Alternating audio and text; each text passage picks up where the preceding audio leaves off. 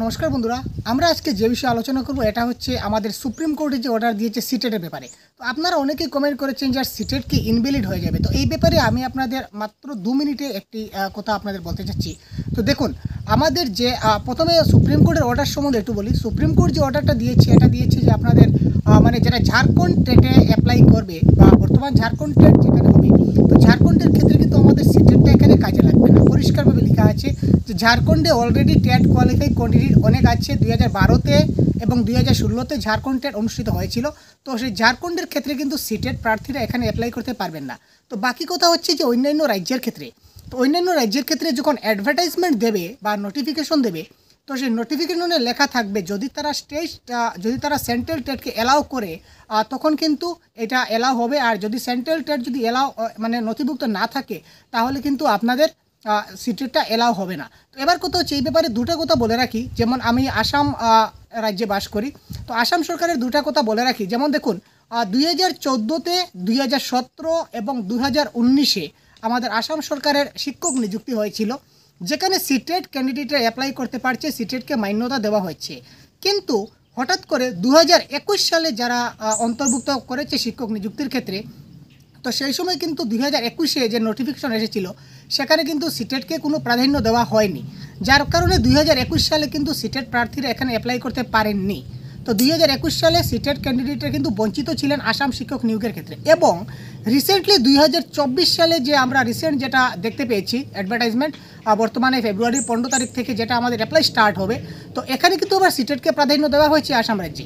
তো আসামের শিক্ষকরা কিন্তু এখানে যারা টেট কোয়ালিফাই সিটেট ক্যান্ডিডেটরাও কিন্তু এখানে অ্যাপ্লাই করতে পারবেন। ইভেন যারা ডিসেম্বর 2024 যেটা আমাদের লাস্ট হয়েছিল আমাদের যেটা 14 ডিসেম্বর এবং 15 ডিসেম্বর যে আমাদের পরীক্ষাটা হয়েছিল, তো সেই 14 এবং 15 ডিসেম্বরের যে পরীক্ষা যারা দিয়েছিল, যারা ক্যান্ডিডেট পাস করেছিলেন, ওনাদের জানুয়ারির 1 তারিখে রেজাল্ট ঘোষণা করা হয়েছিল 1 জানুয়ারি। তো এরাও কিন্তু এই আমাদের টেটে অন্তর্ভুক্ত হতে পারবেন।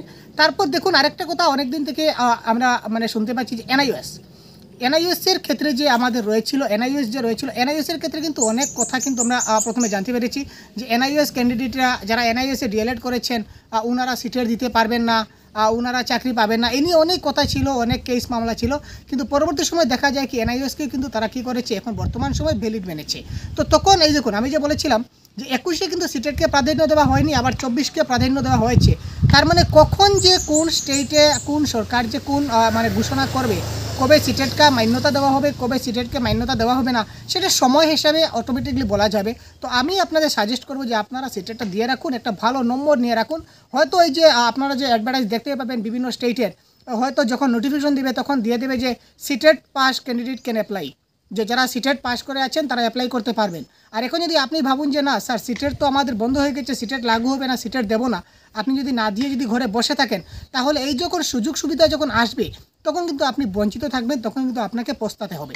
তাই আমি বলছি যে আপনি পস্তাতে আপনার দরকার নেই, আপনি এখন থেকে সিটেট দেওয়ার প্রিপারেশন করুন। এবং আরেকটা কথা দেখুন, সিটেটে কিন্তু এত সহজ জিনিস না, আমরা যাতে ডালে ভাতে বুঝি যে ডাল ভাত মাছ মাংস মেখে মেখে খেয়ে নেব, এটা কিন্তু এতটুকু সহজ না।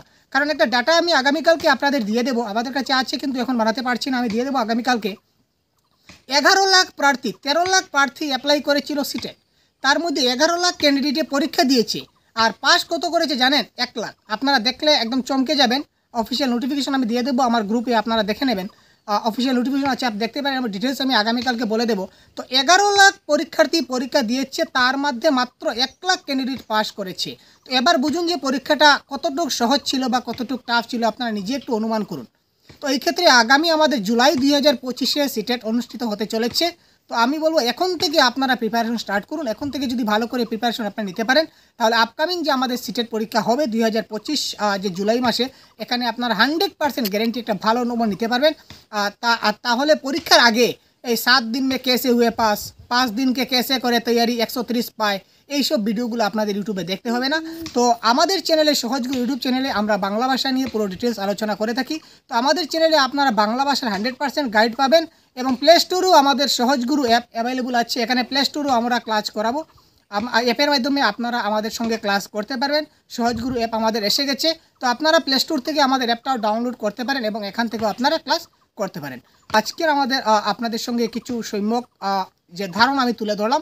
তো এই ব্যাপারে আপনাদের যার যে বক্তব্য, অবশ্যই যেটা মন্তব্য আপনার যদি থাকে তো অবশ্যই কমেন্ট বক্সে জানাবেন। ধন্যবাদ।